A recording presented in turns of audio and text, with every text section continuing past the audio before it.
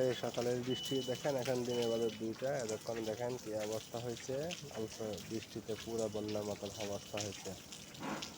এই দুবাই দ্রুত পানির সম্প্রসারণ হয় না আমাদের দেশের মতন। দেখেন ওই গাড়িটা আটকে গেছে শেষ। এটা পরে দিয়ে অন্য আরেকটা গাড়ি দিয়ে নামার সম্ভব, ছাড়া উপায় নেই। এই দেখেন, যখন সাঁতার কাটি না আমাদের দেশে, সাঁতার কাটার মতন বন্যা। এই তো প্রচুর পানি, প্রচুর পানি। আমাদের গাড়ি সাথে আস্তে আস্তে দেখা যাক কি হয়। আগে আস্তে আস্তে কিছু দেখা যাক।